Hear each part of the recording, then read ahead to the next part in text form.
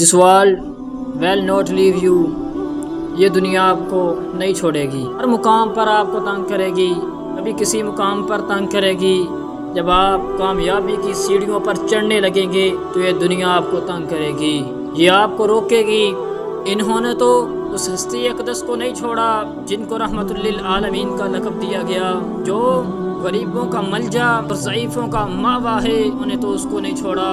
کبھی بدر کے اندر آپ صلی اللہ علیہ وسلم کا جسم لہو لہان ہے، اور کبھی احد کے اندر آپ علیہ السلام کے دندان مبارک شہید کر دیے گئے۔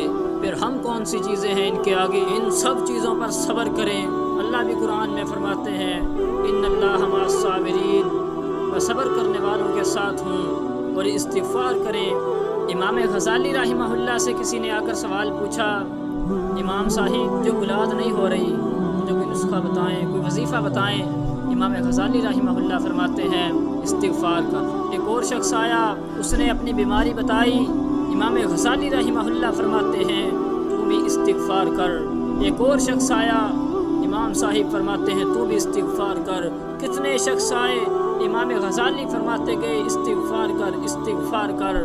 ایک شخص نے پوچھ لیا، امام صاحب جو بھی شخص آتا ہے آپ اس کو استغفار کی تلقین کیوں کرتے ہیں، آپ اس کو استغفار کا ہی کیوں کہتے ہیں؟ امام غزالی رحمہ اللہ فرماتے ہیں سوال کرنے والے تو مجھ کو بتا کہ اللہ رب العالمین نے قرآن میں نہیں کہا فَقُلْتُ اسْتَغْفِرُوا رَبَّكُمْ إِنَّهُ كَانَ غَفَّارًا يُرْسِلِ السَّمَاءَ عَلَيْكُمْ مِدْرَارًا وَيُمْدِدْكُمْ بِأَمْوَالٍ وَبَنِينَ وَيَجْعَلْ لَكُمْ جَنَّاتٍ وَيَجْعَلْ لَكُمْ أَنْهَارًا۔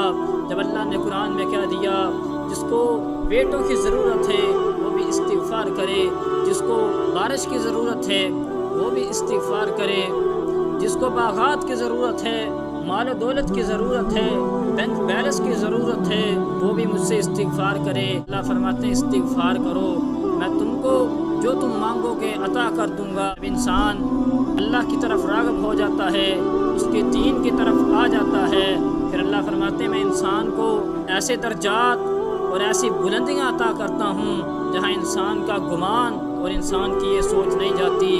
جب انسان اطیع اللہ و اطیع الرسول کی پیروی کرنا شروع کر دیتا ہے تو پھر اللہ رب العالمین انسان کو ایسی بلندیاں، ایسے درجات عطا کرتے ہیں جہاں انسان کا گمان بھی نہیں جاتا۔ وہ لوگ جو آپ کو روکا کرتے تھے، یار نماز کی طرف جا رہا ہے، نماز پڑھ کر کیا کرے گا، یار تم قرآن پڑھنے جا رہا ہے، قرآن نے تجھ کو کیا فائدہ دینا ہے، پھر وہی لوگ ہرس کریں گے کاش آج ہم اس کی جگہ ہوتے، ہمارے پاس یہ درجات اور یہ بلندیاں ہوتی۔